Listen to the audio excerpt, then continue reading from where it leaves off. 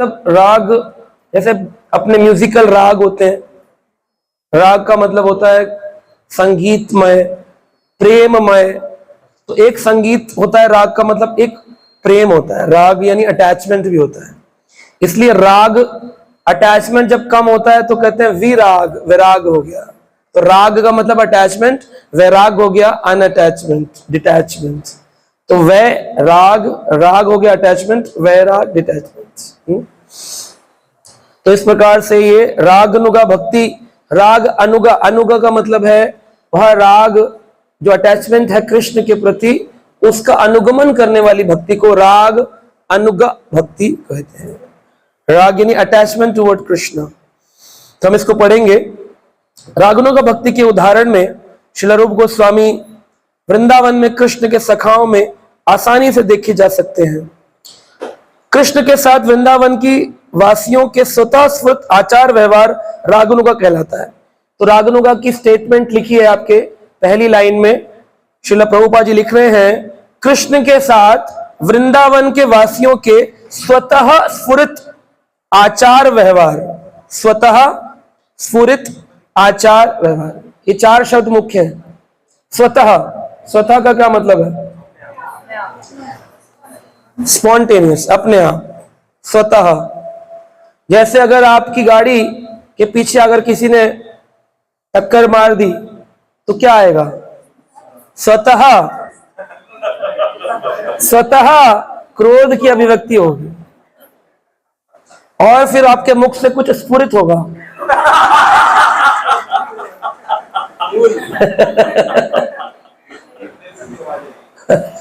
और फिर सारे जितने भी वहां खड़े लोग होंगे वो आपका आचार व्यवहार देखेंगे, है ना? तो बस जिस दिन कृष्ण को देख करके स्वतः और मुख से भगवान के लिए प्रेममय गीत, श्लोक, भाव व्यक्त होने लगा, स्फुरित हो, अपने आप ही कृष्ण को देखा और श्लोक निकलने लग जाए, गुरु को देखा और श्लोक निकलने लग जाए, आचार व्यवहार आपके आचरण के अंदर और आपके व्यवहार के अंदर वो दिखाई पड़े, तो ये रागनुगा भक्ति का स्टेट है। वो अभी हम में से किसी का भी नहीं है, तो इसलिए हम ये पढ़ रहे हैं, केवल यहां पहुंचना है, पहुंचा अभी कोई भी नहीं। भगवान कृष्ण के विग्रह से यानी उनके सच्चिदानंद स्वरूप से दो विग्रह प्रकट होते हैं जो कि उन्हीं की शक्ति है। एक है कृष्ण के शरीर से प्रकट होने वाले बलराम, और एक है भगवान कृष्ण के विग्रह से प्रकट होने वाली श्रीमती राधा रानी, जिनकी अष्टमी तिथियां बनाने वाले 3 दिन बाद। तो ये दोनों ही गुरु तत्व हैं, राधा रानी भी और बलराम भी। तो बलराम पूर्णिमा जब आती है कहते गुरु तत्व है, राधा रानी का वह आता है अष्टमी तभी कहते गुरु तत्व है, क्योंकि दोनों ही क्या सिखाते हैं? कृष्ण की सेवा कैसे की जाए। तो बलराम जी कृष्ण के राइट साइड से आविर्भाव होता है। जैसे भगवान कृष्ण बैठे गोलोक में, यहां एक शक्ति निकली और उन्होंने एक पुरुष स्वरूप लिया और वो बन गए श्री बलराम। कृष्ण में और बलराम में कोई भेद नहीं, सिर्फ 2 भेद है। जब कोई भेद नहीं तो फिर 2 भेद कैसे हो गए? क्योंकि हमारी फिलॉसफी है भेद अभेद। तो कोई भेद नहीं है, कृष्ण में और बलराम में कोई भेद नहीं है। कृष्ण भी गौचारण करते हैं, बलराम भी गौचारण करते हैं। कृष्ण भी बंसी बजाते हैं, बलराम भी श्रृंग बजाते हैं, मतलब बजाते, म्यूजिकल प्लेयर। भगवान कृष्ण ने कभी किसी का वध नहीं किया, बलराम ने भी कभी किसी का वध नहीं किया। जब भी किसी का वध वृंदावन में हुआ तो वह देवकी नंदन कृष्ण, वासुदेव नंदन कृष्ण, जिन्हें लेकर के वसुदेव जी आए थे, जो भगवान कृष्ण के विग्रह में विलीन हो गए थे, उन्होंने वध किया।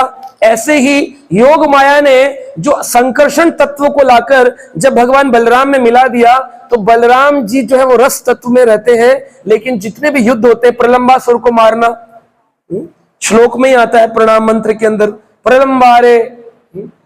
तो जो प्रलंब आरे यानी प्रलंबासुर के जो दुश्मन है, जो धेनुकासुर को मारने वाले हैं, वो कौन मार रहा है? वो संकर्षण, जो देवकी की गर्भ में 7वें महीने में प्रकट हुए, 7वें नंबर पे, और उनको निकाल करके वापस बलराम जी में मिला दिया। जिस प्रकार कृष्ण कभी वृंदावन का परित्याग नहीं करते, बलराम भी कभी वृंदावन का परित्याग नहीं करते। तो द्वारका जो जाते हैं, मथुरा जो जाते हैं, वो संकर्षण जाते हैं, वो वासुदेव कृष्ण जाते हैं, और जो नंद नंदन कृष्ण है, जो रोहिणी नंदन बलराम है, वो कभी वृंदावन का परित्याग। ये बात किसने बताई? आज तक किसी ने नहीं बताई। आज आपको पहली बार सुनाई दे रही हो।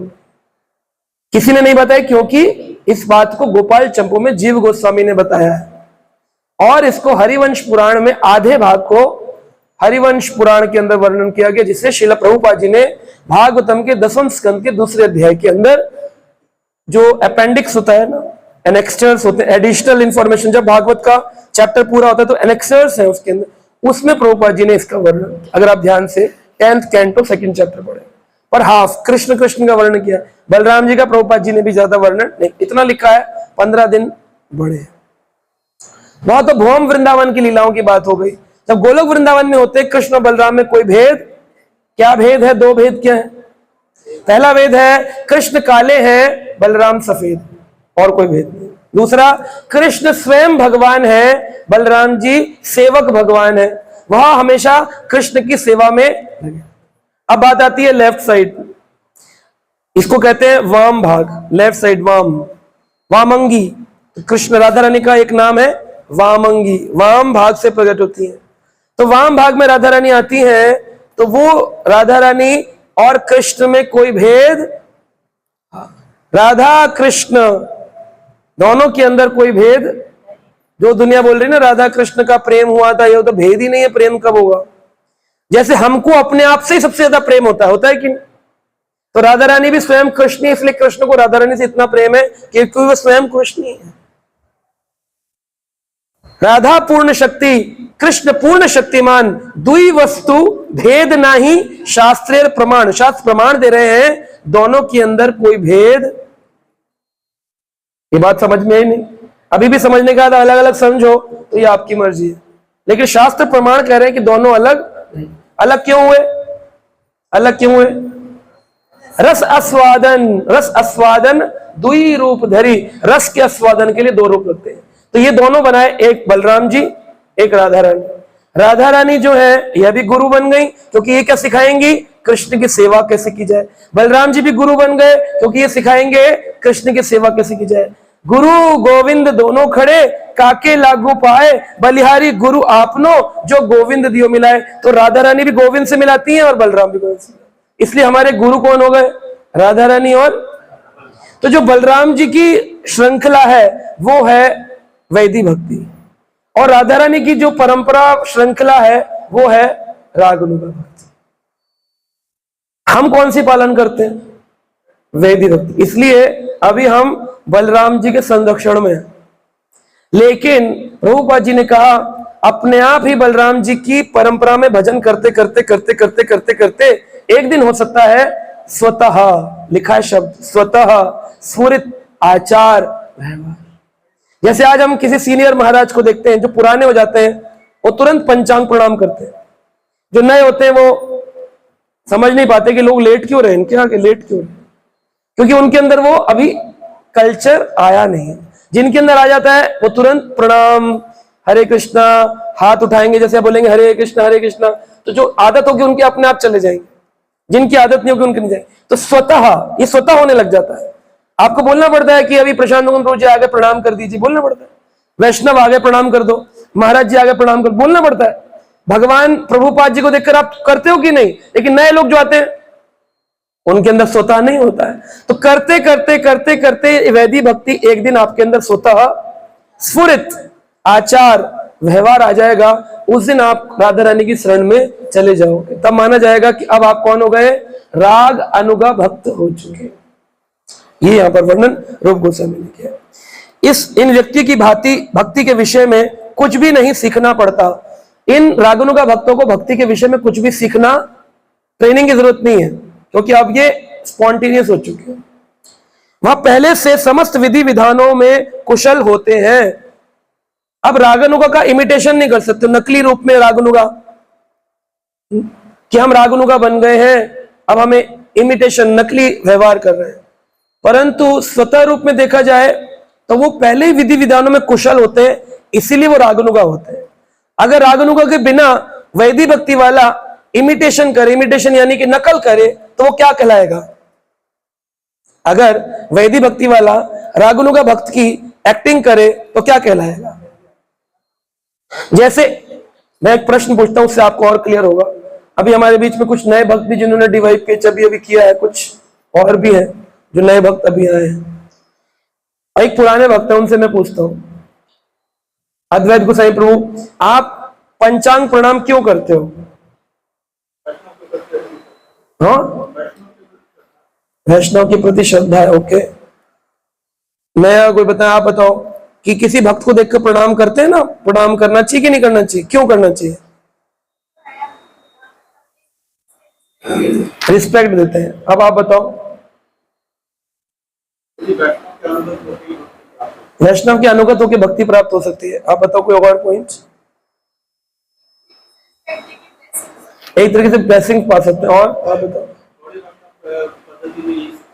गौड़ीय वैष्णव पद्धति में सिखाया गया है कि ये करना चाहिए। अब पता नहीं मुझे, यहां पर रुक गया क्या? तो यहां पर ये पता चलता है कि इनके पास क्या बेस है? शास्त्र ज्ञान का बेस इनके पास। इन्होंने भी 2 पॉइंट दिए, ये भी चुप तो नहीं थे। इन्होंने इमोशनल बेस पर आंसर दिया, इन्होंने स्क्रिप्चरल बेस पर आंसर दिया। तो लोग भगवान के बारे में इमोशनल बेस पर बोलते हैं, तो स्क्रिप्चरल बेस पर नहीं बोलते हैं। स्क्रिप्चरल बेस पर क्या बोला जाएगा कि वांछा कल्पतरु भष्य। एक वैष्णव को हम इसलिए प्रणाम करते हैं क्योंकि वह कौन होते हैं? कल्पतरु होते हैं। कल्पतरु क्या है? इच्छा पूरी करने वाला, डिजायर फुलफिलिंग ट्री। दुनिया अभी गणेश चतुर्थी कर रही है, ये नहीं सोच रही है कि उससे भी ज्यादा इंपॉर्टेंट एक वैष्णव को प्रणाम कर लिया ना, गणेश चतुर्थी से 1000 गुना ज्यादा फल मिल जाएगा, क्योंकि वो डिजायर फुलफिलिंग ट्री है। गणपति को तो मोदक लगाने पड़ेंगे, तब हो सकता है, और नहीं भी हो सकता, कृपा हो। लेकिन वैष्णव को किया वांछा यानी इच्छा, कल्पतरु, आप मेरी कल्पतरु, डिजायर फुलफिलिंग ट्री हो। कल्पतरु भष्य कृपा सिंधु, आप कौन है? कृपा के सागर हैं। कृपा सिंधु एवचा पतिता नाम पावनेभ्यो। एक पतित व्यक्ति को आप क्या कर दो? पावनेभ्यो। वैष्णवेभ्यो। अब इसमें क्या फर्क है? बोले गणपति क्या आपने नीचा बता दिया क्या? नीचा नहीं बताया। गणपति अगर किसी पर कृपा करेंगे तो क्या करते हैं? क्या आज तक गणपति ने किसी पर कृपा करके उसे गणपति बनाया? क्या तुम गणपति बन जाओ? बोलते हैं ऐसे? बन सकता है क्या? लेकिन वैष्णव क्या करता है? वैष्णव कृपा करके उसको अपने जैसा वैष्णव बनाता है। वो भी आगे एक लीडर बन जाएगा। वो भी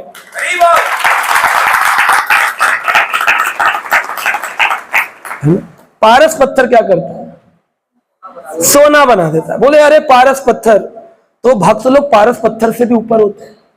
बोले वो कैसे? बोले पारस पत्थर भी लोहे को छूकर सोना बनाता है, अपने बराबर नहीं बनाता। लेकिन एक भक्त चाहे तो एक भक्त को स्पर्श करके, अगर वो भक्त उसके अनुगत होकर चलता रहे चलता रहे चलता रहे, एक दिन वह उस भक्त के बराबर आकर के प्रचार कार्य को आगे बढ़ाता। प्रभुपाद जी ने कितने शिष्य बनाए अपने? आज उन्होंने इस्कॉन संभाला कि नहीं संभाला? उनके शिष्यों ने शिष्य बनाए, आज वो इस्कॉन संभाल रहे हैं कि नहीं संभाल रहे हैं? क्योंकि यह भक्त का गुण है कि भक्त स्पर्श करके उसको नीचे नहीं रखता है, उसको अपने जैसा बनाता है। तो पारस भी ऊंचे भक्त होते हैं, क्योंकि पारस तो सोना बनाता है, पर भक्त तो भक्त बना देता है। ये पावर है एक भक्त की, है ना। ये जिस दिन टेंडेंसी आ गई तो उसके प्रणाम में क्या भाव होगा? और एक जो रिस्पेक्ट के लिए कर रहा है, रिस्पेक्ट का तो यह है कि किसी ने अगर उल्टा बोल दिया, क्या है, लाइन में नहीं खड़े हो सकते हो आप, तुरंत उसका रिस्पेक्ट खत्म, डिसरिस्पेक्ट। और लोग छोड़ के क्यों चले जाते हैं? इसीलिए क्योंकि वो इमोशनल बैकग्राउंड पर जुड़ते हैं, कभी वो शास्त्रिक बैकग्राउंड पर जुड़ नहीं पाते। अगर वो समझ जाए कि इस वैष्णव की कृपा ही है डांट, तो वो तो फिर कभी छोड़ेगा ही ना। उसको तो आज पारस बनने का मौका मिल रहा है, अभी तक वो सोना ही बनने की तो कोशिश कर रहा था, है कि नहीं? तो ये कंसेप्चुअल क्लियरेंस जब हो तब ग्रोथ होती है भक्ति की, इमोशनल बैकग्राउंड का और कंसेप्चुअल क्लियरेंस का। आप भगवान की ड्रेसिंग कर रहे हैं घर में और आपके गुरुदेव आ गए, क्या करना चाहिए? हाँ जी, गुरु को प्रणाम, ऑफिस वापस लग जाना चाहिए उसमें से। फिर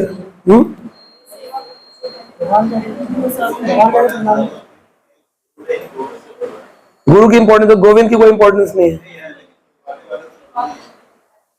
भगवान के आगे प्रणाम। हाँ जी, भगवान के आगे तो प्रणाम करते नहीं, प्रभु जी ने सही बताया। आपको वैष्णव सदाचार में लिखा है कि भगवान कृष्ण के आगे गुरु को प्रणाम, किसी को भी प्रणाम नहीं किया जाता, वैष्णव सदाचार का नियम। तो ललित प्रभु जी कह रहे पहले भगवान की सेवा, तो गुरु जी को बोलो आप बैठो, हम अभी वैष्णव सेवा भगवान सेवा करें। हाँ,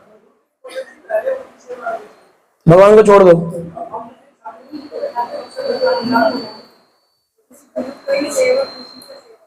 गुरु को सेवा कृष्ण का ना, भगवान को अधूरा ऐसी बिना वस्त्रों के निर्वस्त्र छोड़ के गोपाल जी ऐसे पड़े पानी में और आप बाहर आ गए। आप बोले गुरु जी आओ, चाय पियोगे, कॉफी पियोगे, क्या पियोगे? अब बोले गुरु का सेवा, भगवान का सेवा। इसी फिलॉसफी ने तो गड़बड़ कर दिया संसार के अंदर सब कुछ। क्या करना चाहिए? हाँ, ये प्रभु जी ने, नवीन प्रभु ने सही बताया। जैसे ही भगवान की सेवा कर रहे थे, गुरु आए, उनका स्वागत किया, उनको प्रणाम किया और उनको ये बात बताई कि मैं भगवान की सेवा कर रहा था, आप क्या कहते हैं, मुझे क्या करना चाहिए? वो कहेंगे पहले भगवान की कर लो, मैं जप कर रहा हूँ, फिर आ जाओ। तब वो भगवान की सेवा करके उनसे आज्ञा पा करके भगवान की सेवा। सुतीक्षण को जब भगवान की प्राप्ति हुई, सुतीक्षण को जब भगवान की प्राप्ति हुई, तो सुतीक्षण ने क्या किया? भगवान राम को छोड़ करके अपने गुरुदेव के पास गए और बोले मुझे आज राम के दर्शन हुए। तो सुतीक्षण को उनके गुरुदेव ने गले लगाया और फिर बोले कि जाओ रामचंद्र जी को ला करके यहाँ बिठाओ, सेवा करो, फिर भगवान की सेवा में। तो गुरु आज्ञा पा करके, दोनों में से किसी को भी नहीं छोड़ना है। यही गड़बड़ है, एक्सट्रीमिस्ट हो जाते हैं हम लोग। या तो गुरु जी को पकड़ लेते हैं, फोटो टकी हुई है, गुरु जी कृपा कर रहे हैं ऐसे करके घरों में, गुरु जी गुरु जी गुरु जी। और कई गोविंद छोड़ दिए, कई गोविंद गोविंद पकड़ लिए, वो गुरु को नहीं मानते, कह रहे हम नहीं मानते इंसान को, तो भगवान डायरेक्ट कनेक्शन। ये दोनों ही गलत है। गुरु की आज्ञा पाकर के गोविंद की आज्ञा की सेवा करना, बोथ। तो गाइडेंस इज रिक्वायर्ड। अपनी मर्जी मत चलाइए, आप गोविंद को पकड़ लिए या गुरु को पकड़ लिए, आप अपनी मर्जी से पकड़े। आपको गुरु से पूछना चाहिए उनके होते हुए, गुरु जी मैं भगवान की सेवा कर रहा था, थोड़ा आप करेंगे सेवा? आप कथा कर रहे हैं, गुरु आ गए, आप क्या करोगे?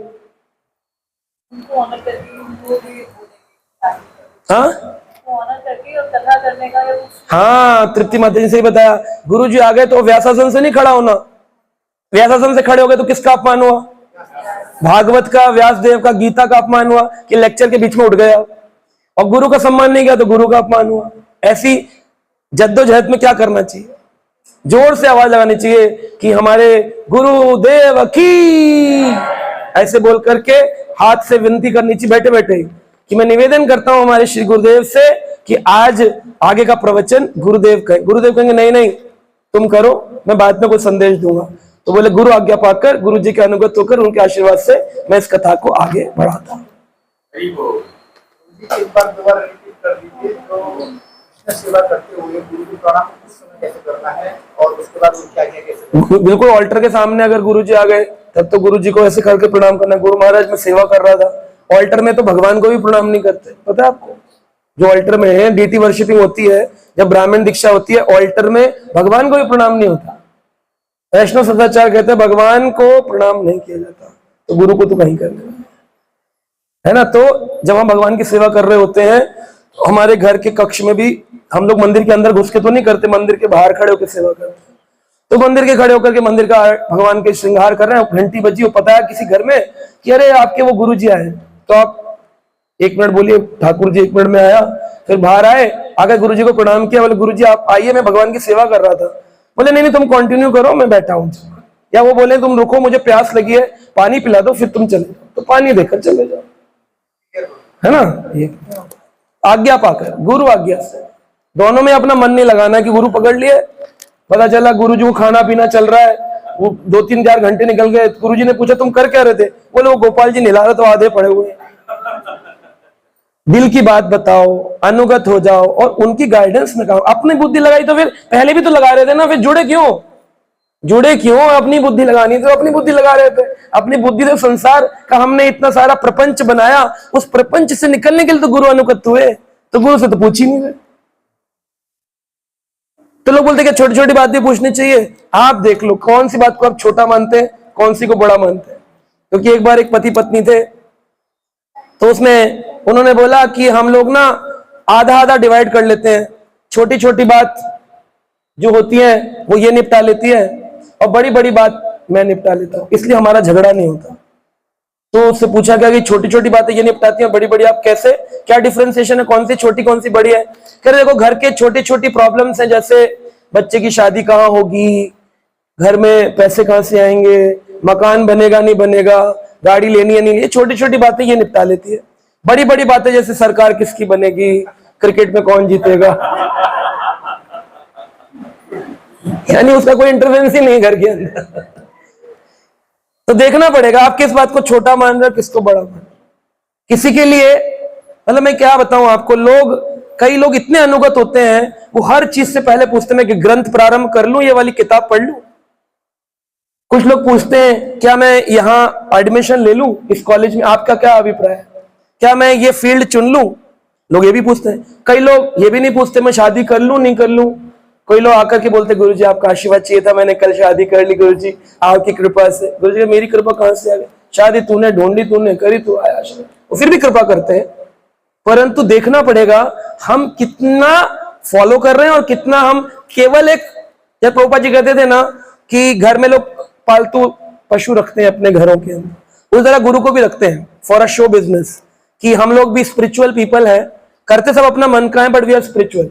बोले कैसे स्पिरिचुअल है, घर में एक भगवान का फोटो है और एक गुरु जी का फोटो, ये गुरु, अच्छा ये गुरु जी, हाँ हम इन्हीं को फॉलो करते हैं। और इसीलिए ज्यादातर लोग यूट्यूब से गुरु जी बना लेते हैं, यूट्यूब में जो अच्छा लगा जिसके मिलियन व्यूज है वही गुरु जी हो गए। हमने इनको गुरु जी बना रखा है, उनका प्रिंट आउट निकाला, एक फोटो डाल दिया, बोले ये हमारे गुरु जी। कनेक्शन कुछ नहीं, प्रश्न कुछ नहीं, उत्तर कुछ नहीं।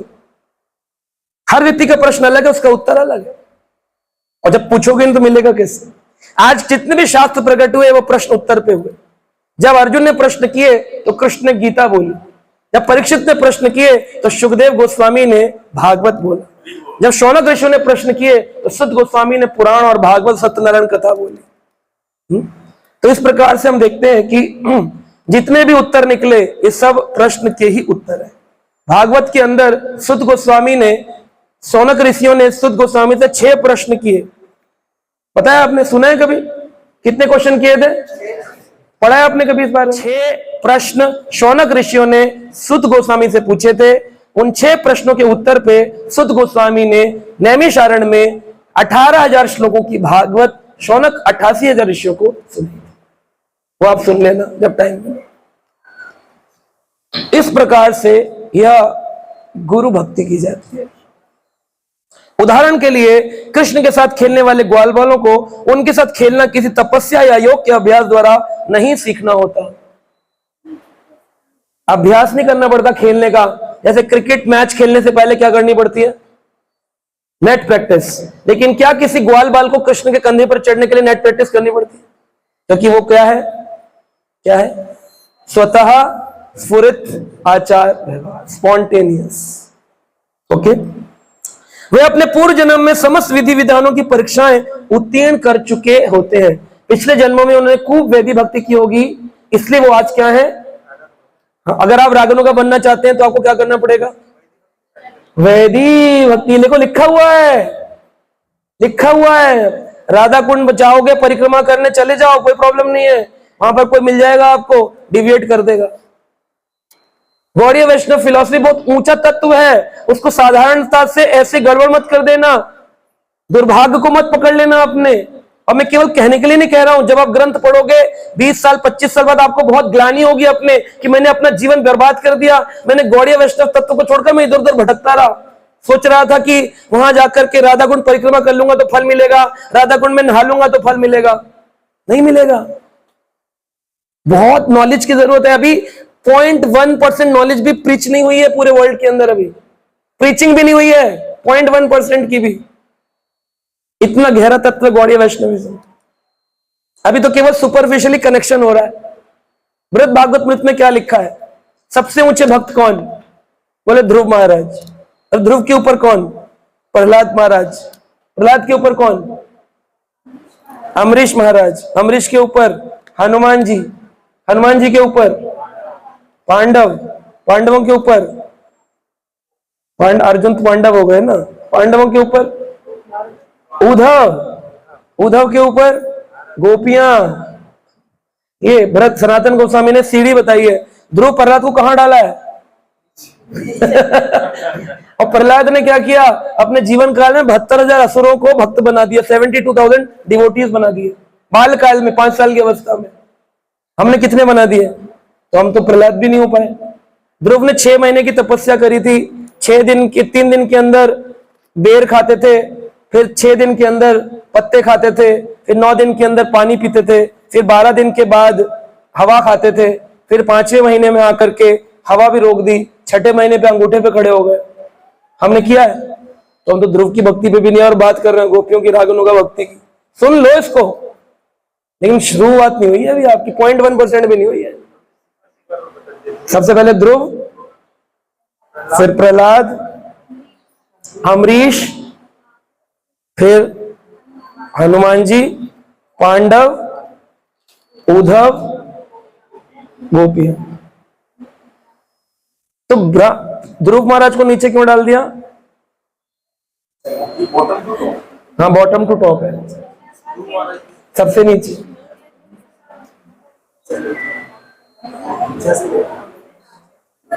हाँ, इच्छा।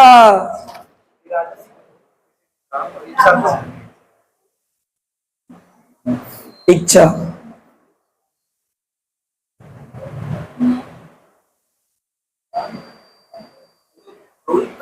हाँ, क्या कह रहे हैं?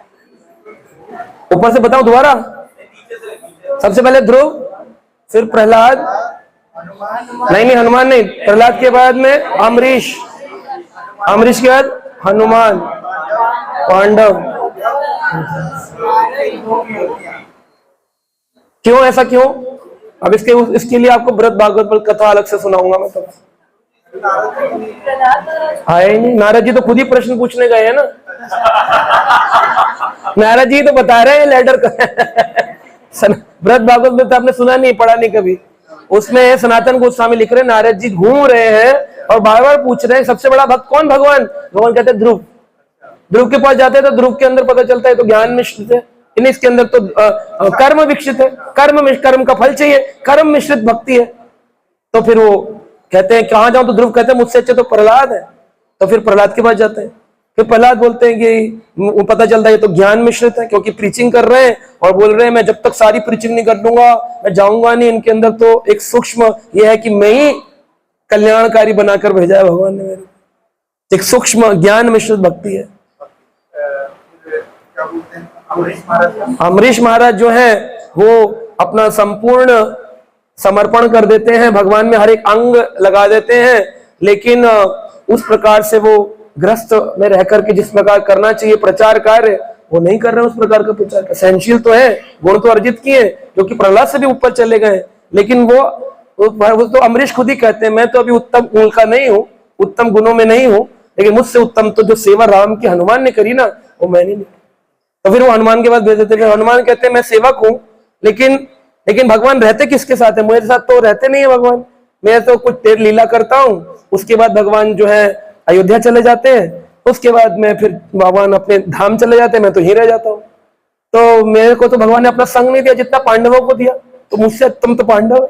तो फिर नारद जी पांडवों के पास जाते, फिर पांडव कहते हैं हम तो अच्छे हैं लेकिन हमने तो कभी व्रज में जाकर के गोपियों का संग नहीं पाया, हमसे अच्छे तो उद्धव है, कम से कम उन्होंने गोपियों से कन्वर्सेशन तो किया, व्रज में प्रवेश तो मिला। तो फिर उद्धव कहते मैं तो एक बार प्रवेश मिला था, उसमें भी मेरे को ज्ञान भंग करने के लिए भेजा था, लेकिन असली में तो मैंने देखा कि मैं तो कुछ भी नहीं हूं, असली तो गोपियां हैं। तब नारद जी को समझ आता कि उत्तम भक्ति तो गोपियों की भक्ति। वो अलग से हम चर्चा करेंगे, अभी ये चैप्टर रह जाएगा जो later on have patience. Deep है ना, तो गौड़िया वैष्णव बहुत डीप है। ये मत समझो कि आप ढोल बजा के हरे कृष्णा करने लग गए तो बोले अभी हम सब जान गए भक्ति में। इसको भक्ति से महाराज ने कहा ढोल पीठ संप्रदाय, ढोल पीठ संप्रदाय। So this is very very beginning of a Krishna consciousness. इसमें हम लोगों को कनेक्ट करते हैं, चैंटिंग करो, कीर्तन करो, ये प्रारंभ होता है, ये प्रारंभ है। वरना फिर गोपियां कौन ढोल बजा के नाच रही, बताओ आप कीर्तन करती है, वो उस स्टेट तक जाने के लिए ये प्रारंभ है। क्योंकि लोगों को कनेक्ट कैसे करेंगे? हरि नाम एक ऐसा सार है जो सब लोगों को कनेक्ट कर लेता है, सबका उद्धार कर देता है, इसलिए हरि नाम सर्वंग है, इसलिए उसको प्रारंभ में दिया जाता है। लेकिन प्रारंभ है, दीक्षा कौन सी पहले होती है, हरिनाम या ब्राह्मण दीक्षा? पहले कैसे दे देते हैं? अगर वो उत्तम है, क्योंकि हरिनाम जल्दी से किसी को शुद्ध कर देता है, ज्ञान शुद्ध नहीं करेगा, हरिनाम शुद्ध कर देता है, फिर इस लायक बनाता है कि व्यक्ति ज्ञान ले लेता है। इसलिए प्रारंभ में हरिनाम की प्रीचिंग, कीर्तन सब निकाले जाते हैं, और हरिनाम प्रारंभ में भी और अंत में भी। लेकिन प्रारंभ और अंत में क्या है? पहले विधि रूप में होता है और अंत में रागनुगा रूप में होता है। स्वतः कीर्तन निकलता है, फिर हमें जरूरत नहीं है ढोल मिलेगा तो कीर्तन करेंगे, फिर व्यक्ति की कंठ से ऐसी हरिनाम निकलता है हर वक्त 24 आवर्स। हड्डियों से भी आवाज आती है, प्रभुपाद हड्डियों से आवाज आती है, प्रभुपाद जी। जनाबाई के गोबर के कंडों से आवाज आती है हरिनाम की। जो चीज छू देते उसमें हरिनाम की आवाज आती है। यहां तो जपमाला लेकर भी नींद आ रही है, यहां तो जपमाला लेके भी नींद आ रही है। कौन से स्टेज पे हम? सोने के लिए जब हाँ, कई लोग ऐसे भी हैं, वो कहते हैं प्रभु जी नींद नहीं आती रात को तो 2 माला कर लें। मैं कहा वो क्यों करना है? एक्स्ट्रा करने के लिए? बोले नहीं नहीं प्रभु जी उससे नींद अच्छी है। पर्पस ऑफ चैंटिंग क्या है? अभी बहुत सीखना है। इतनी जल्दी 2-4 गीता के श्लोक याद किए, गीता कोर्स किया, फिर साइड हो गए, बहुत आ गया, I know everything. Prabhupada ji की कृपा है कि उन्होंने सबको प्रचारक बना दिया। मेरे जैसे एक बेकार व्यक्ति को भी बोल दिया जाओ प्रचार करो। हमारी क्या वैल्यू है? हम प्रचार कर सकते हैं? प्रचार शब्द का अर्थ मालूम है क्या है? लोगों का हृदय परिवर्तन कर देना। हम लोग केवल प्रसार कर सकते हैं, एक्सपैंड कर सकते हैं, प्रचार नहीं कर सकते। हमें बोलते प्रचार कर रहे, प्रचारक है, वेरी गुड प्रीचर, ये सब कहने के वर्ड्स है, यूज कर लिए हमने। इसके अभिप्राय में जाए एक भी प्रीचर नहीं है। प्रभुपाद जी की तरफ प्रीचिंग कौन कर सकता है? बिना प्रचार का प्रसार कैसे होगा? नहीं, प्रचार तो प्रभुपाद जी ने कर दिया ना, तो उसी प्रचार को आगे बढ़ाना प्रसार कहलाता है। पुस्तक वितरण, उसी किताब को रिपीट करना प्रसार है। प्रचार का कर, कौन सी किताब लिख रहे नहीं हम, कौन से तात्पर्य दे रहे हैं, कौन सी कमेंट्री दे रहे हैं हम, नहीं तो प्रीचिंग तो कर ही नहीं रहे। ये प्रीचिंग नहीं, स्प्रेडिंग कर रहे हैं, प्रसार कर रहे हैं, spreading Krishna consciousness, not preaching Krishna consciousness. Preaching में तो नई कमेंट्री, नए रेजोल्यूशंस, नया तरीका, 64 से 16 ले। हमने कौन सा कम कर दिया 16 माला में से? हमने प्रीचिंग कहां की है? स्प्रेडिंग करिए, जो प्रभुपाद ने दिया उन नियमों को यथारूप रिपीट करने को spreading of Krishna consciousness, spreading. ये गुरुतम बातें मैं बता रहा हूं कि ये है, इस लेवल की भक्ति करनी है। अभी मतलब इधर उधर मत भागो, क्लासों में आओ रेगुलरली। आज पकड़ में आ गए तो बोल देता हूं, वरना यूट्यूब में भी देखते नहीं हो, टाइम नहीं है आपके पास तो देख लो, सुन लो। आगे रूप गोस्वामी ने रागनुगा भक्ति की परिभाषा किसी वस्तु के चिंतन में तल्लीन रहते हुए प्रेम की तीव्र इच्छा से युक्त होकर उस वस्तु के लिए स्वतः स्फुरित आकर्षण के रूप में की है। तीव्र इच्छा से युक्त होकर उस वस्तु के लिए, तीव्र इच्छा, कैसी इच्छा होनी चाहिए? हमें से कौन है जिसको कृष्ण को पाने की तीव्र इच्छा है कोई? हाथ खड़ा करो। तीव्र इच्छा, हाथ खड़ा होने में इतनी देर लग रही है तो कृष्ण को पाने में तीव्र इच्छा कितनी है?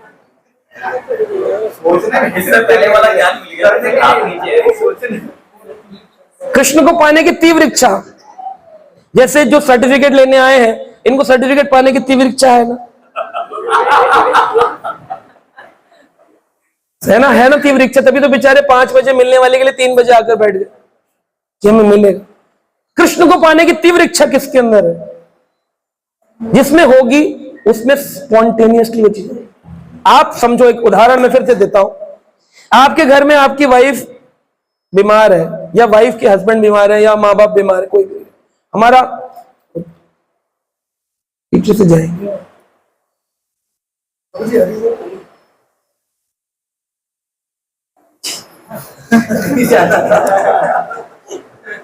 हरे कृष्ण। तो आपके घर में कोई बीमार है, हस्बैंड की वाइफ बीमार है, बहुत ही ज्यादा पेट दर्द हो रहा है, वॉमिटिंग हो रही है, और डॉक्टर कह रहे हैं, घर वाले कह रहे हैं इनको एडमिट करवा दो। तो हॉस्पिटल में अच्छा बेड मिल जाए, इसकी तीव्र इच्छा होती कि नहीं होती है? अनुभव होगा आप लोगों का। अच्छा बेड ही मिल जाए तो तीव्र इच्छा होती है। मान लो आपने 3 हॉस्पिटल में फोन किया और फोन करने पर आपको वो नहीं मिल रही, तो क्या करते हो? छोड़ देते हो?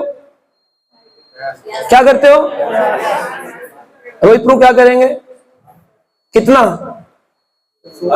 हाँ जी, 1 मिनट। नहीं, कब तक करोगे? 10 हॉस्पिटल में फोन किया, जब तक बेड न हो गए, आपने सारे रिलेटिव को फोन कर दिया, सारी जान पहचान में फोन कर दिया, कहीं एडमिशन नहीं मिल रहा, और यहाँ वाइफ की हालत खराब होती चली जा रही है। या छोड़ देंगे? बस यही एग्जाम्पल याद रखना कि जब तक कृष्ण ना मिल जाए तब तक क्या करना है। ये मत सोच लेना कि अरे नहीं मिल रहे, हमारे नसीब में नहीं होगा, पूर्व जन्म का प्रारब्ध होगा, कर्म होगा, संग होगा। अरे कुछ नहीं होगा। मेन क्या है? प्रयास। Effort never dies. आज नहीं तो कल, कल नहीं तो परसों। Do not feel guilty that अब तक नहीं हुआ तो आगे भी। अरे हम क्लासों में नहीं जा पा रहे, प्रभु जी क्या सोचते होंगे हमारे बारे में, हम तो आ नहीं पा रहे, हम घर चलाएं कि क्लास चलाएं। मैं कुछ नहीं सोचता किसी के बारे में। Don't feel. सर मेरे पास इतना टाइम ही नहीं है कि मैं ये सोचूं कि कौन आ रहा है कौन नहीं आ रहा। मैं ये सोचता हूं कि मुझे कृष्ण कैसे मिलेंगे, क्योंकि मेरी तीव्र इच्छा है। तो आपकी भी तीव्र इच्छा होनी चाहिए। ये तो मेरी एक सेवा है मेरे गुरु के द्वारा कि प्रचार करो, लोगों को जोड़ो।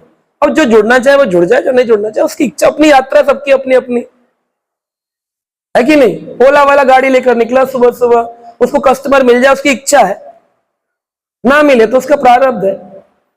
जो मिल जाए उसको ले जाएगा। जरूरी थोड़ी है कि बस एक को लिया है तो उसी को लेके जाएगा, दूसरे को नहीं लेके जाएगा।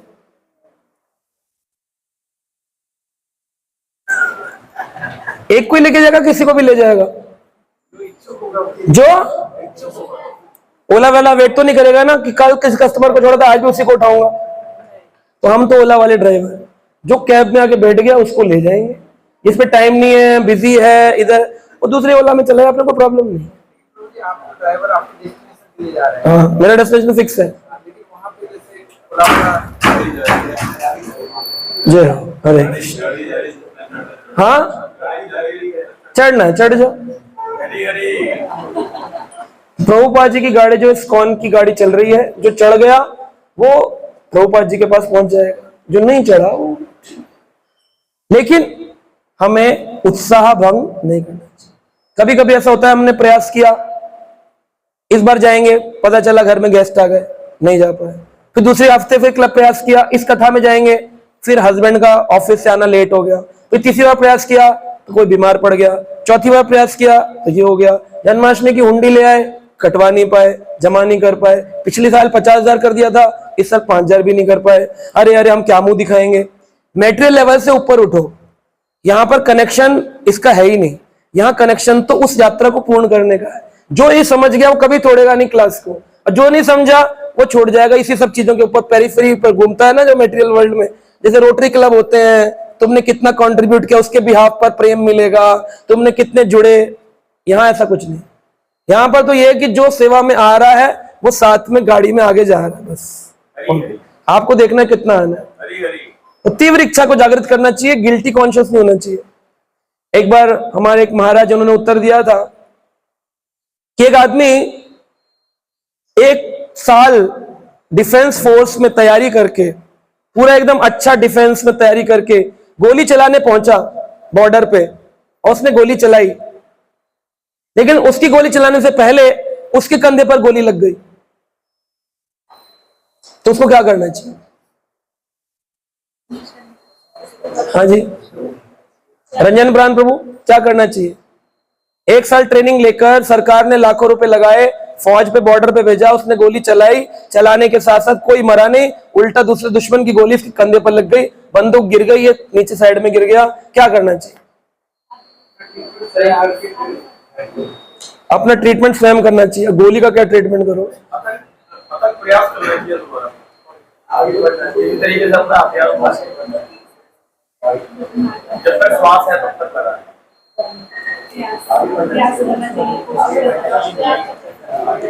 क्या दादा? ट्रीटमेंट लेने के लिए तो बेस पे चला जाएगा, बेस चला गया तो फ्रंट छूट जाएगा। हाँ, जब तक प्राण है। या उसको गिल्टी होना चाहिए, है सरकार ने इतने पैसे लगाए, मैं कैप्टन बनने की सोच रहा था, मैं तो लेफ्टिनेंट पे गोली लग गई, लोग क्या सोचेंगे, गोली भी नहीं लगा पाया, इतने विचार आएंगे, मैं मर जाऊंगा, मेरी फैमिली का क्या होगा, फैमिली होती तो मैं क्या होता। कुछ क्या सोचना चाहिए सोल्जर को? फैमिली का सोचना चाहिए कि नहीं? किसका सोचना चाहिए? देश का। अच्छा, उसको गिल्टी होना चाहिए कि दोबारा उठाकर गोली चलानी चाहिए? क्यों? यही एक भक्त को करना चाहिए। जब माया के विरुद्ध युद्ध प्रारंभ होता है और माया की गोली लगती है तो उस समय परिवार की नहीं सोची जाती है, कृष्ण की सोची जाती है। और उस समय गिल्टी नहीं हुआ जाता है, दोबारा से अपनी बंदूक रूपी माला उठाई जाती है, अपनी गीता उठाई जाती है और माया के विरुद्ध तब तक गोली चलाई जाती है जब तक प्राण निकल न जाए। हरि हरि।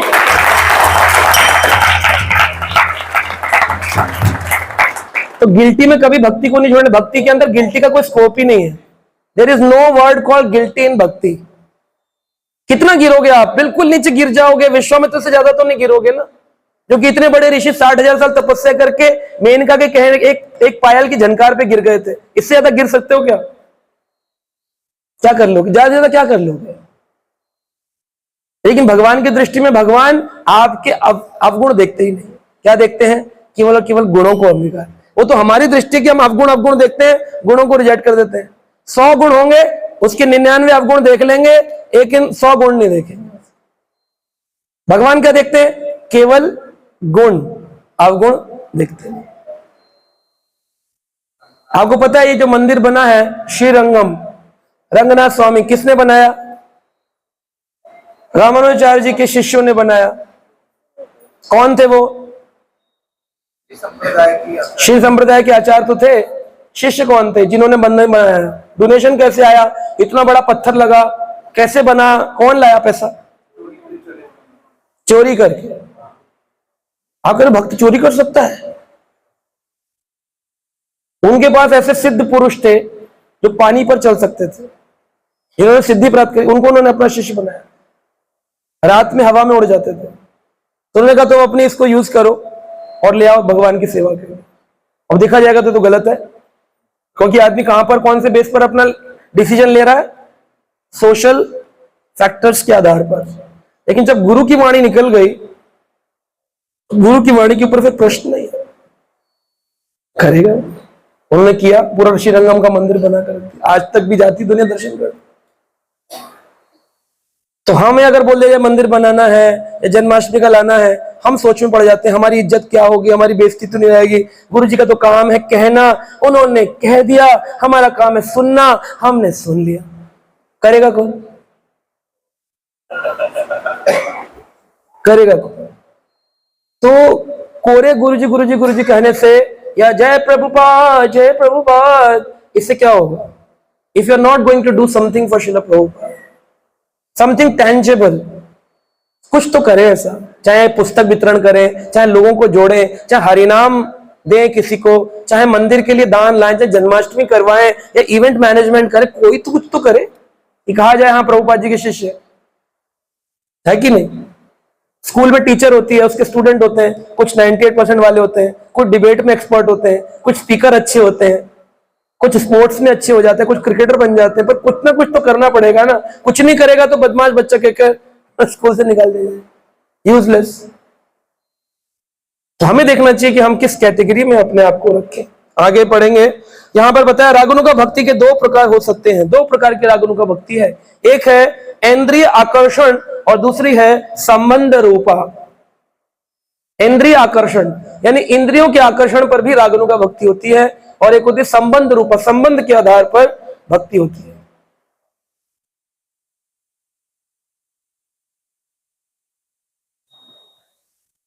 इस संदर्भ में श्रीमद् भागवत में युधिष्ठिर के प्रति नारद मुनि के कथन का उल्लेख किया जा सकता है, जहां नारद कहते हैं, राजन, ऐसे अनेक भक्त हैं जो अपनी इंद्रिय तृप्ति के लिए भगवान से ईर्ष्या या भय के कारण या उनके प्रेम युक्त सानिध्य चाहने के कारण भगवान के प्रति पहले ही आकृष्ट होते हैं।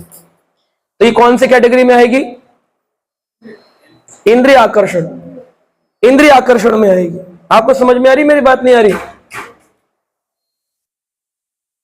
इंद्रिय आकर्षण, यह आकर्षण भौतिक कलमश से रहित हो जाता है और पूजा करने वालों में धीरे धीरे आध्यात्मिक प्रेम विकसित होने लगता है, जिससे उन्हें शुद्ध भक्तों द्वारा अभिलाषित जीवन का लक्ष्य प्राप्त हो जाता है। इंद्रिय आकर्षण के कारण रागनुका प्रेम का उदाहरण गोपियों को माना जा सकता है। इंद्रिय आकर्षण में कौन आया उदाहरण?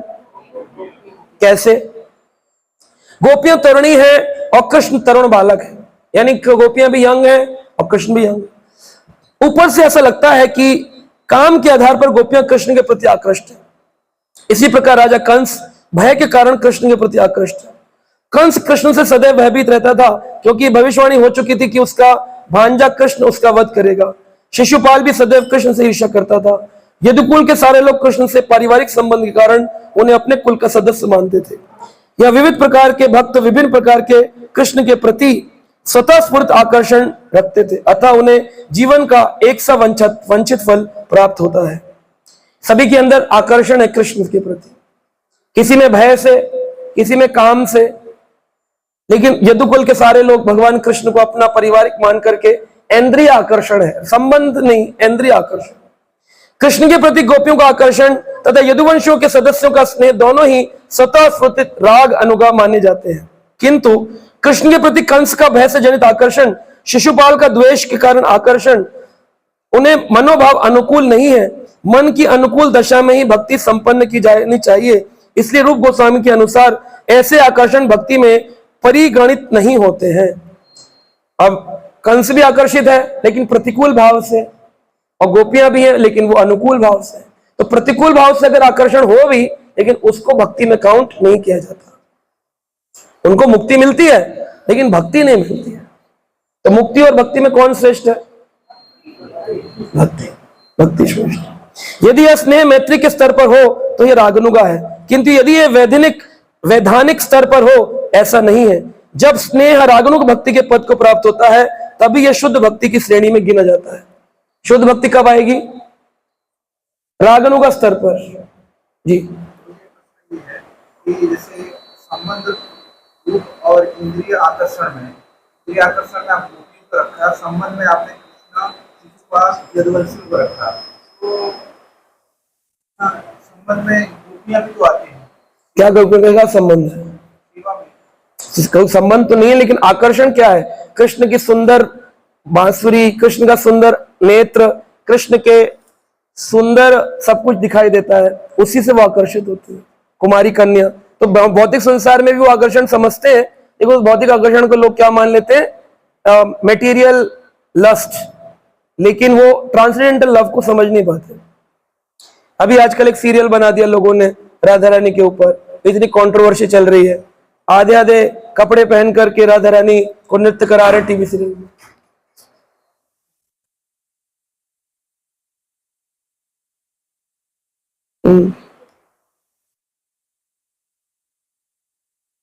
यदि भी इस बात को ठीक से समझ लेना होगा, यदि भी इन सबका केंद्र बिंदु भगवान है और सभी भक्तों को वैकुंठ प्राप्त होता है, किंतु फिर भी इन दोनों प्रकार के जीवों में अंतर है। कौन कौन में? गोपियों में और कृष्ण में, और कंस में और गोपियों में और यदुवंशियों में। यद्यपि ब्रह्म परमात्मा भगवान एक ही है, परम सत्य है, किंतु कंस शिशुपाल जैसे भक्तों को केवल ब्रह्म तेज ही प्राप्त हो, केवल ब्रह्म तेज, जो भगवान कृष्ण का जो तेज निकल रहा है केवल वह प्राप्त हो सकता है।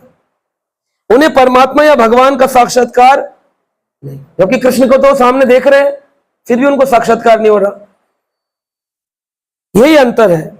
सूर्य के गोले तथा सूर्य प्रकाश का दृष्टांत प्रस्तुत किया जा सकता है। सूर्य प्रकाश में रहने का अर्थ यह नहीं होता कि कोई व्यक्ति सूर्य के गोले तक जा चुका है। सूर्य की केवल लाइट आपने देखी है, लेकिन सूर्य का गोला आपने नहीं देखा। ऐसी आपने, जो कंस है उसने कृष्ण का तेज तो देखा है लेकिन कृष्ण को नहीं देखा, साक्षात्कार देखने पर भी नहीं हुआ। दुर्योधन ने सामने सामने भगवान का शांति दूत बन किया है तो विराट रूप देखा, फिर भी वो भगवान को भगवान नहीं समझ पाया। और वही अर्जुन ने जब एक बार विराट रूप देखा तो वो आगे पीछे घूमने लगा, क्षमा मांगने लगा, न जाने मुझसे कौन सी गलती होगी। तो ये अनुभव है। रोज मंदिर आ रहे हैं, रोज माला कर रहे हैं, लेकिन जब तक अनुभवशील नहीं होंगे वो क्रिया फल नहीं देगी। हमारी जितनी भी प्रक्रिया है उसका लास्ट क्या है? अनुभव, एक्सपीरियंस, रियलाइजेशन। होता है आपको रियलाइजेशन? किसी किसी को भक्ति का कुछ नहीं होता। हाँ, क्षणिक। क्या होता है? क्या होता है रियलाइजेशन? कैसा लगता है आपको?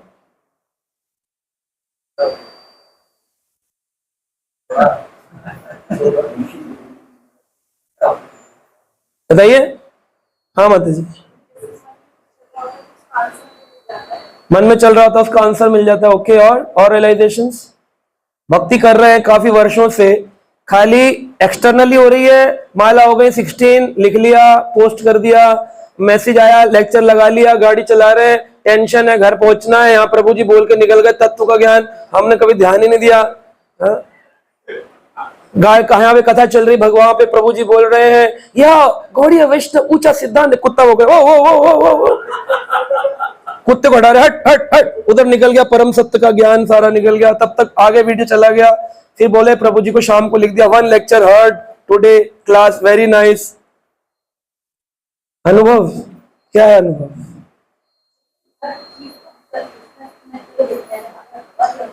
हाँ, वाह, आप तो बहुत महान है। ऐसा तो अनुभव बड़ा मुश्किल है, आपको हो रहा था, अच्छी बात। अच्छा है, माता जी कह रही है हवा चल रही है तो कृष्ण से आ रही कितनी सुगंधित हवा है, ऐसा अनुभव होता है। वेरी नाइस, अच्छा है। और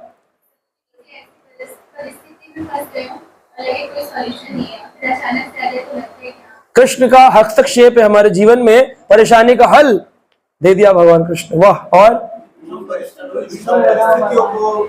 हो गया, विषम परिस्थिति में भगवान हमें फल देते हैं।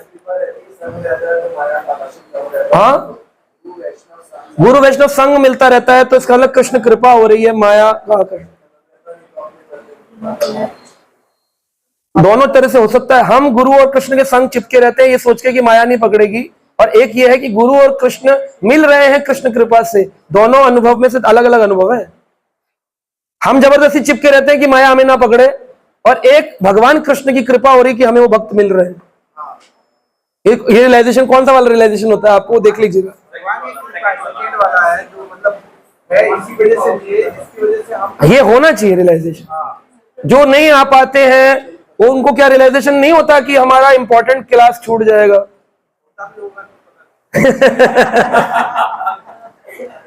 बहुत दिन तक संग नहीं हो पाता, या ऐसी दूसरी चीजें फंस जाते हैं, वहाँ मन भी नहीं लगता और वो कर भी नहीं पा रहे हैं, तो ऐसा लगता है कि बार बार वो एक आवाज आ रही है, कुछ मिसिंग है।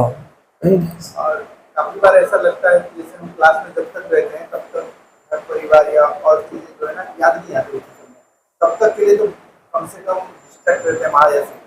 ये भी एक अनुभव रहता है।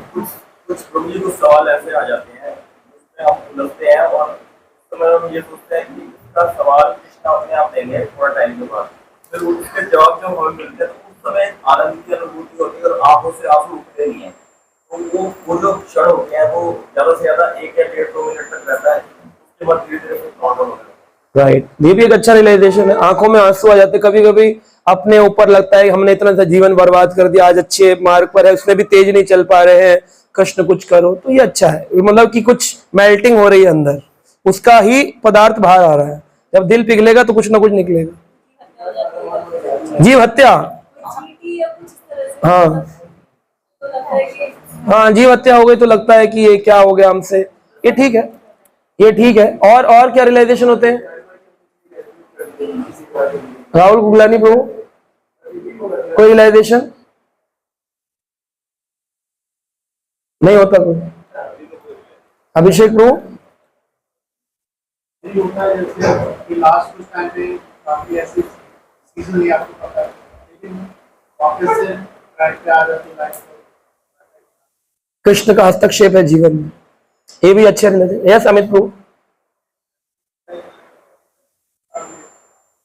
ये भी अच्छा रियलाइजेशन है कि इतने साल वेस्ट हो गए। ये अगर ये समझ में आ जाए तो ये भी बहुत बड़ी बात। सबसे बड़ा ज्ञान ही यही है कि मुझसे ज्यादा अज्ञानी कोई नहीं है। ये बहुत बड़ा ज्ञान है, किसी को होता नहीं है। 4 श्लोक गीता याद करके लोग बोलते हैं मैं बहुत ज्ञानी हूं। हाँ, सबसे बड़ा ज्ञान है मेरे को अज्ञान है, लेकिन ऐसा होता नहीं। इसका मतलब ये नहीं कि हम किताबें ना पढ़े बोले हमें अज्ञान ही सबसे बड़ा ज्ञान है, वो वाली बात नहीं है। इसको समझने के लिए भी ज्ञान चाहिए। वो ज्ञान ये है कि हमें सब कुछ आता हो, लेकिन बार बार मन में ये लगे, जैसे नरोत्तम दास ठाकुर क्या कहते हैं, मौसमा पतित प्रभु ना पाई बेआरा। इसका क्या मतलब? वो पतित है, वो फील कर रहे हैं। कृष्णदास कविराज कह रहे हैं जो मोरा नाम ले सर्व पाप खोई, जो मेरा नाम ले लेगा पाप खो देगा। तुलसीदास कह रहे हैं कि मेरा नाम मत गाओ। लोग बोलते हैं ना, जय तुलसीदास ने रामचरितमानस लिखी, वो कहते हैं कि नर्क के दूत बड़े प्रसन्न हो रहे हैं। क्यों? क्योंकि है ना, मैं वहां जाऊंगा।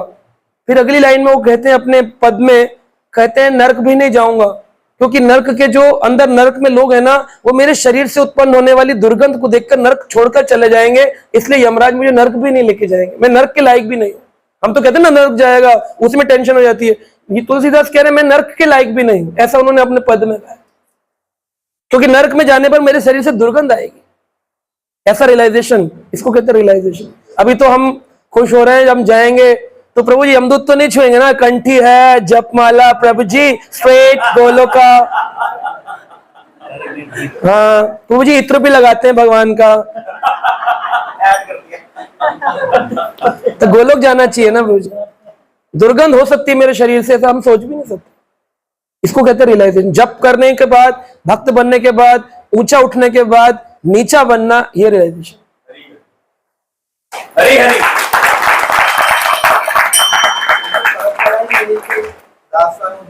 कहने के लिए तो अच्छी है, मान कौन है?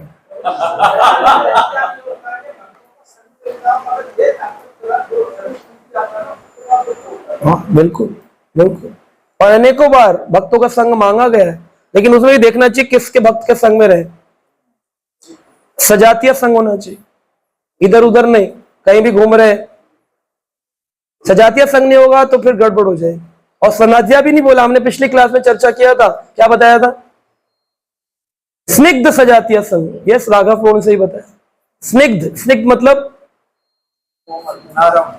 चखना तो हो गया, चिकने का मतलब क्या? जिस मिलन में स्निग्ध यानी रस उत्पन्न हो, चर्चा में रस उत्पन्न हो, हमारा कुछ रियलाइजेशन आए, स्निग्ध हो। ऐसा नहीं और प्रभु जी कहाँ जा रहे थे? मैं मेट्रो में जा रहा था, मैं भी चलूं साथ में, हो लेंगे? हाँ चलो, माला कर लेंगे साथ में। दोनों साथ में गए, फिर माला कर ली। एक सो रहा था, दूसरा भी सो रहा था, फिर उतर गए दोनों। है कुछ खाएंगे? कर प्रभु जी मना करते, बाहर का तो नहीं खाना चाहिए। फिर कोई गोविंदा वगैरह नहीं है आसपास, मैं ऑर्डर कर देता हूँ, जोमेटो से आ जाएगा। जोमेटो से मंगवा लिया, मेट्रो के किनारे बैठ के खा लिया दोनों ने। कहा प्रभु जी आपका बच्चा कौन सी क्लास में आ गया? 10th में आ गया, आपका 12th में आ गया, क्या पढ़ा रहे हो उसको आजकल? केमिस्ट्री पढ़वा रहे हैं, आगे क्या बनवाना है? आपकी तो रिसोर्स हो, वो हेल्प कर देना। नंबर शेयर कर लिया एक दूसरे के साथ में। फिर बोले ठीक है प्रभु जी मिलते रहिएगा। प्रभु जी आज बड़ा अच्छा लगा, आज भक्त मिले मेट्रो में, पूरा टाइम मेट्रो में भक्तों के साथ गुजरा। गुजरा क्या? एक भी भगवान की चर्चा नहीं हुई, गीता के श्लोक पर चर्चा नहीं हुई, एक बार रियलाइजेशन शेयरिंग नहीं हुई, कुछ भी। स्निग्ध सजातीय संग। अगर कोई प्रतिकूल भाव में भगवान की भक्ति करेगा तो ब्रह्म ज्योति तक जाएगा। कंस उसने उदाहरण दिया उन्होंने। चैतन्य महाप्रभु ने निर्विशेषवादियों को ईश्वर का अपराधी घोषित किया है, किंतु भगवान इतने दयालु हैं कि वे अपने इन शत्रुओं को भी आध्यात्मिक जगत में आने और निर्विशेष ब्रह्म ज्योति में रहते रहने की अनुमति प्रदान करते हैं। तो भगवान इतने दयालु हैं कि अपने इन शत्रुओं को भी आध्यात्मिक जगत में आने और ब्रह्म ज्योति में रहने की कृपा प्रदान करते हैं। ये भी भगवान की बहुत विशेष कृपा है, वरना भगवान तो उनको नरकों में भेजते हैं असुरों को, लेकिन क्योंकि वो भगवान का स्मरण करते हैं तो भगवान उनके ऊपर भी कृपालु होते हैं। तो उसके लिए चैतन्य चरितामृत पढ़ना पड़ेगा। उसमें लिखा है कि हर बार भगवान के पार्षद नहीं होते हैं, कभी कभी असुर कुल के लोग भी होते हैं, क्योंकि भगवान की लीलाएं तो नित्य चलती है ना। तो वो केवल 3 ही बार भगवान की लीला में आए थे, रावण, कुंभकर्ण आदि, लेकिन बाकी समय असुर योनि के लोग ही चैतन्य चरितामृत का 5वें अध्याय में वर्णन। ब्रह्मांड पुराण में कहा गया कि जिन लोगों को भौतिक कलमश से मुक्ति हो चुकी है, जो असुर हैं, जिनका वध भगवान द्वारा होता है, वे ब्रह्म भाव में तल्लीन होकर ब्रह्म ज्योति के आकाश में वास करते हैं। यह आध्यात्मिक आकाश भौतिक आकाश से बहुत आगे है। इसकी पुष्टि भगवत गीता द्वारा भी होती है, जिसमें कहा गया है इस भौतिक आकाश से परे अन्य नित्य आकाश है। तो आकाश का मतलब ये मत समझ लेना ये वाला चिड़िया कौवा यहाँ उड़ रहा है हमारे आकाश, वो आकाश जो है वो आध्यात्मिक आकाश की बात हो रही है। किंतु कृष्ण के भक्त सीधे वैकुंठ लोक जाते हैं। क्योंकि शुद्ध भक्त में भगवान के प्रति रागुणों का प्रेम विकसित रहता है, अतः उन्हें भगवान के सानिध्य में आध्यात्मिक आनंद का भोग करने के लिए वैकुंठ में प्रवेश करने दिया। सीधा कहां प्रवेश करने जाता है? सोच लो आपको ना तो कंस की तरह शक्ति चाहिए। कंस ने पूतना, बकासुर, अघासुर, मुष्टिक, चारोड़, सबको हरा हरा करके पावर पाई थी, तपस्याएं की थी, ब्रह्मा जी शिव जी को प्रसन्न किया था। लेकिन आपको केवल हरे कृष्ण मंत्र करना है, गीता क्लास, भागवत क्लास सुननी है और प्रचार कार्य में रहना है, प्रसाद पाना है। और कहाँ चले जाओगे आप? गोलोक वृंदावन। हरी हरी। ताली नहीं बजाओ, जाओ।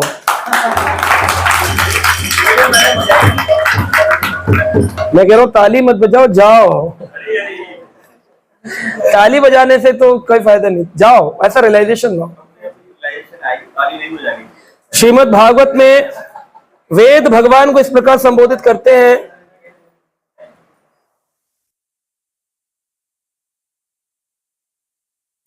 तो यहां पर एक उदाहरण दिया है।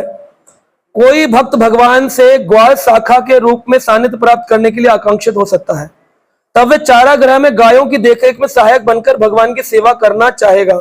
आप चाहते हैं भगवान के ग्वाले बनना, इससे ऐसा लगेगा कि भगवान के सानिध्य को भोगने की इच्छुक है, किंतु वस्तुतः यह रागुणों का प्रेम है जिससे वह दिव्य गायों की देखरेख में उनकी सेवा करना।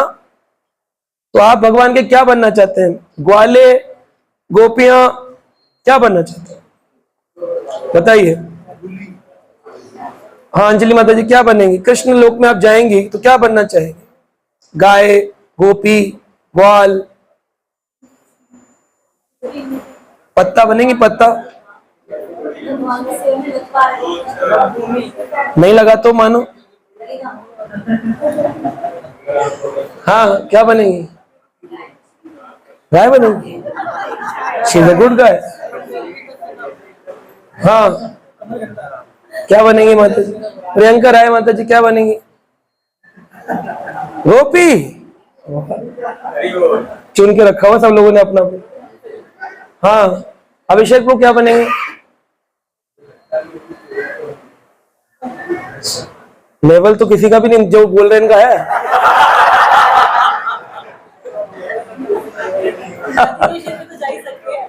इमेजिनेशंस में टारगेट, लक्ष्य, प्रयोजन सिद्ध कर रहे हैं, प्रयोजन बोध कर रहे हैं अपना।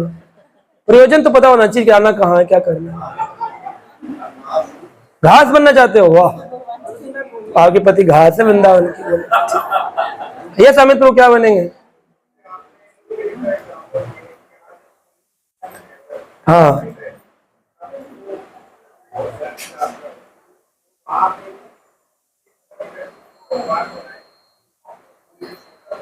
हरि बोल। यस, हरी हरी।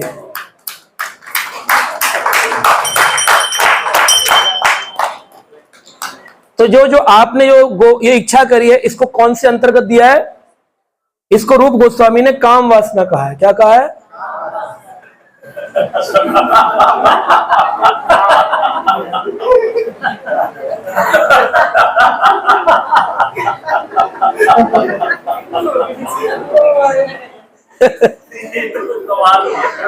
जाना नहीं तो काम वासना होगा। जो सो पढ़ो, इसको पढ़ो। चैतन्य चरितामृत के लेखक कृष्णदास कविराज ने काम वासना सेवा भाव के अंतर में इस प्रकार प्रकट किया है। काम वासना का अर्थ है अपनी निजी इंद्रिय की तृप्ति करने की इच्छा, और दिव्य इच्छा का अर्थ है भगवान की इंद्रिय की सेवा करने की इच्छा। तो अगर हम अपने बनने में इच्छा रख रहे हैं तो हम अपनी इंद्रिय की इच्छा चला रहे हैं, और हम ये सोच रहे हैं कृष्ण घास बनाए, पत्ता बनाए, जो बनाना बनाए, बनाना नहीं बनाए, असुर बनाए, अपने संग दे हमको। तो हम कृष्ण प्रसन्नता हेतु मटकी बना दे, ईंट बना दे, लाठी बना दे, जो बना ले, कृष्ण अपने साथ रखे। तो आप किसमें आ गए? सेवा वासना में आ गए। अन्यथा आप काम वासना यानी इच्छा, काम यानी अपनी इंद्रिय की इच्छा, और दूसरी हो गई कृष्ण की हेतु की इच्छा। तो जब आपके मन में कुछ आ गया, इसका मतलब ये हो गई, यह संसारी काम वासना नहीं है, ये दिव्य काम वासना, पर काम वासना है इंद्रिय आकर्षण। हमारा आकर्षण तो है, लेकिन अपनी इंद्रियों के माध्यम से आकर्षण। अभी हमें संबंध बोध ही नहीं हुआ। हमारी भक्ति में 3 मार्ग है: संबंध, अविद्या, प्रयोजन। संबंध स्थापित होगा, सखा है कि वात्सल है कि मित्र है कि पिता है कि भगवान है कि प्रेमी है, यह संबंध स्थापित होगा तब अविद्या, फिर उसका रास्ता चलेगा भजन मार्ग, और फिर होगा प्रयोजन, ultimate target of Krishna conscious, Krishna प्रेम। तो इस तरह से ये संबंध आकर्षण होगा जब हमें संबंध का बोध होगा। वस्तुतः भौतिक जगत में प्रत्येक व्यक्ति अपनी इंद्रियों की तृप्ति चाहता है, किंतु गोपियां थी कि वह भगवान की इंद्रियों की तृप्ति चाहती थी। तो गोपियां क्या चाहती हैं? हमें कृष्ण मिले या हम कृष्ण को मिले। इसी तरह कई बार एक प्रश्न होता है, हम अगर एक प्रश्न करें कि कृष्ण मेरे हैं और एक है कि कृष्ण हम आपके हैं, इन दोनों में श्रेष्ठ भक्ति क्या है? कृष्ण हम आपके, यानी कि कृष्ण जो चाहे आप हमारे साथ। अश्लेषा व पदरातम विनुष्टमाम अदर्शनामनामृताम कुरुतो वा यथा तथा वा विद्धा तो लंपटो मत प्राणातस्त स एव।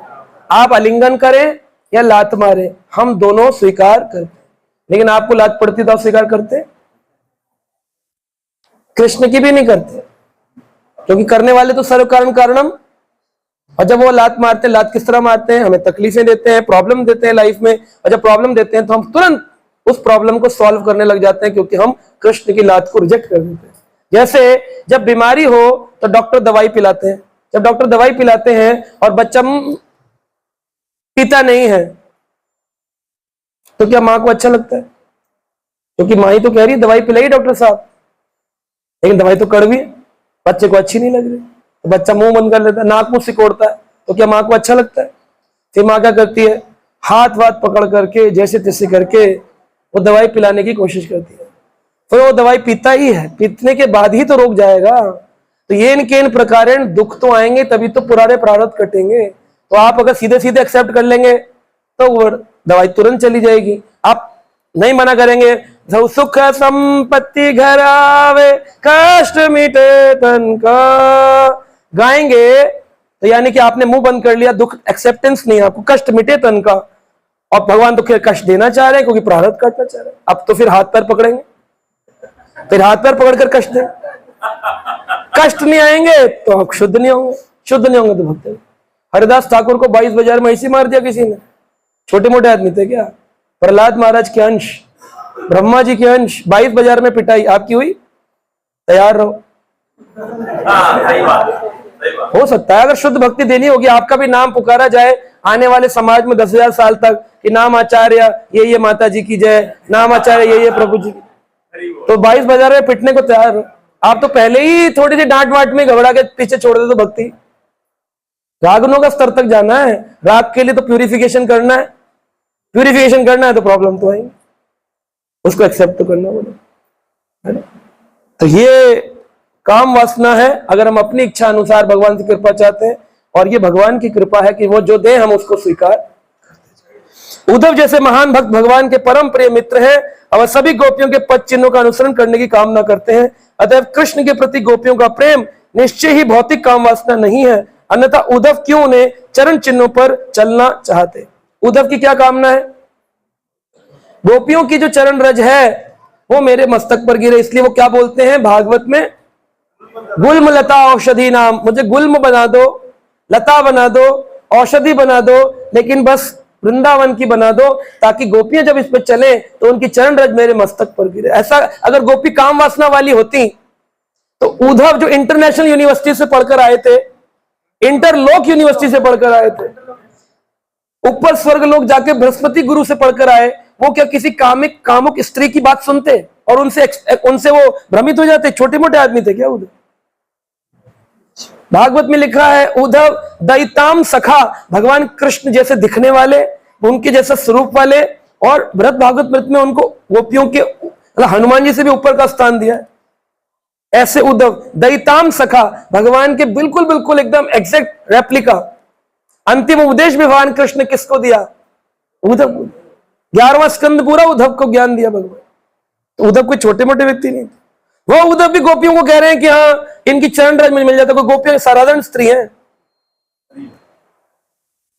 तो बोल देना हम गोपी बनेंगे, तो गोपी ऐसे तो नहीं बन सकती। गोपियों ने क्या सहा है कि जब परिवार के लोग कंठी लगा देते हैं घर के अंदर, जाने नहीं देते कृष्ण की वेणु वादन सुन के, तब गोपियां जो है वो उनसे युद्ध करती हैं कि मुझे जाना है, मुझे रोको मत।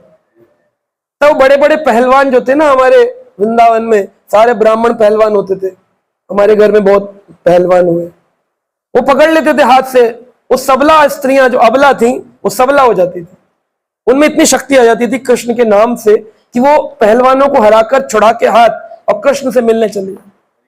और जब कृष्ण के पास जाती है तो कृष्ण क्या करते, आओ आओ, कह रहे शर्म नहीं आती, रात में आ गई हो घर छोड़ छोड़ के। खूब उलाहना देते, क्यों?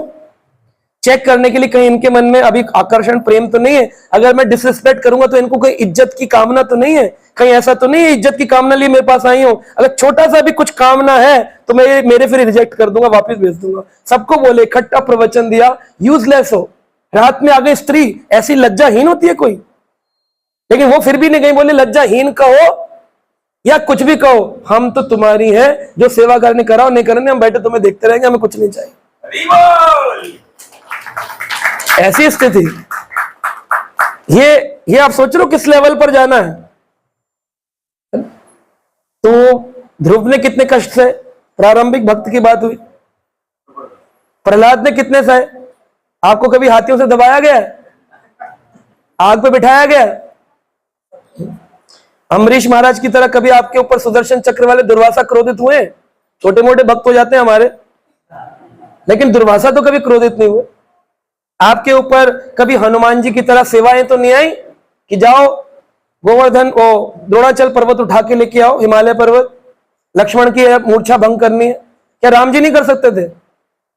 राम जी नहीं कर सकते थे? हनुमान को क्या किया? सेवा दी, भारी सेवा, जाओ मंदिर बनाओ बड़ा सा। तो हनुमान क्या बोले? जय श्री राम, चल दिए। वो उल्टा नहीं बोल सकते, राम जी आप मुझे सेवा लगा रहे हो, बना रहे हो, आप खुद कर लो,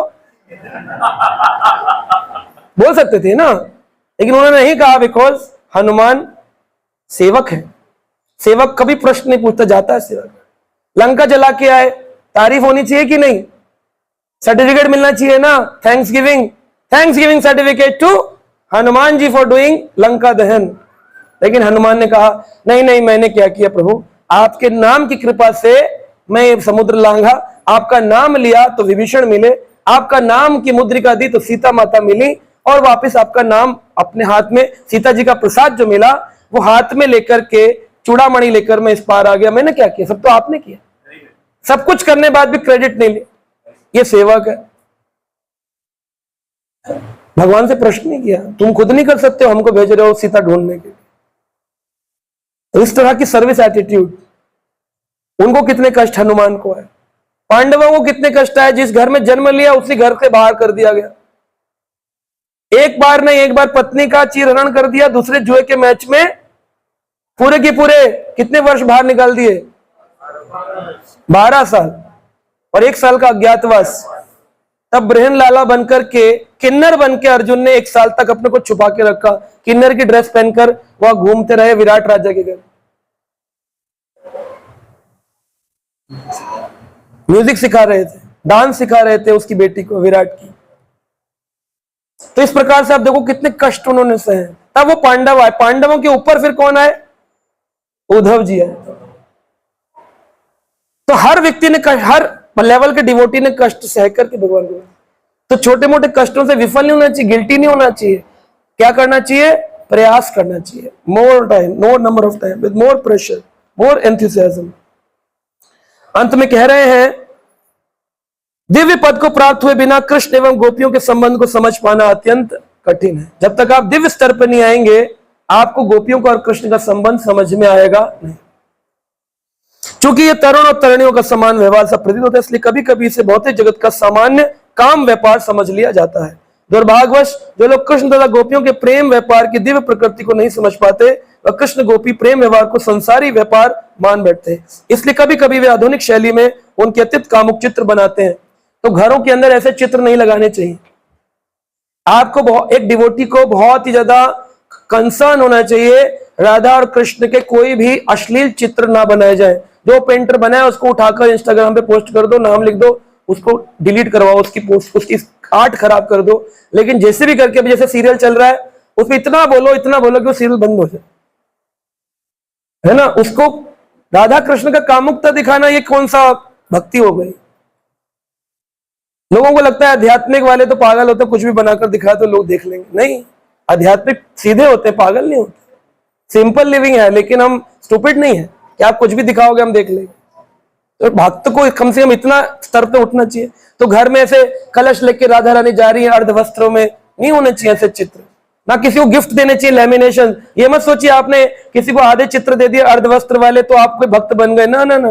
केवल और केवल डीटीज जो फोटोग्राफ होती है राधा कृष्ण की मंदिर की, वह फोटोज, या बहुत ही ज्यादा ऑथेंटिक भक्ति वेदांत बुक ट्रस्ट इस्कॉन की जो फोटोज है उनको यूज करना चाहिए, है ना।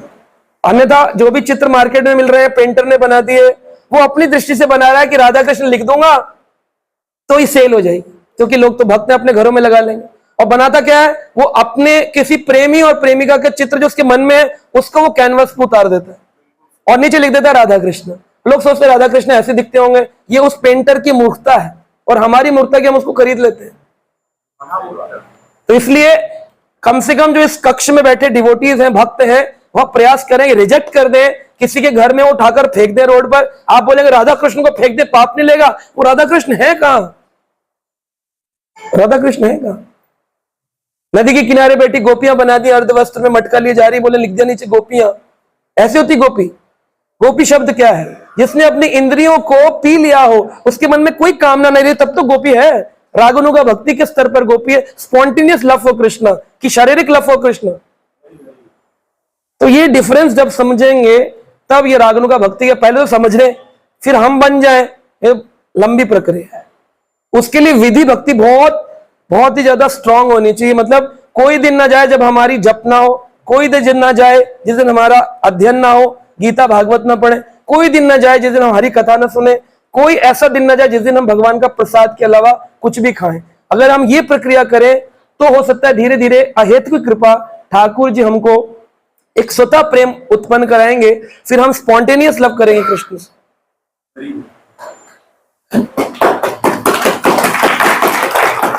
ठीक है, तो अभी हम यहीं समाप्त करते हैं। हरे कृष्ण।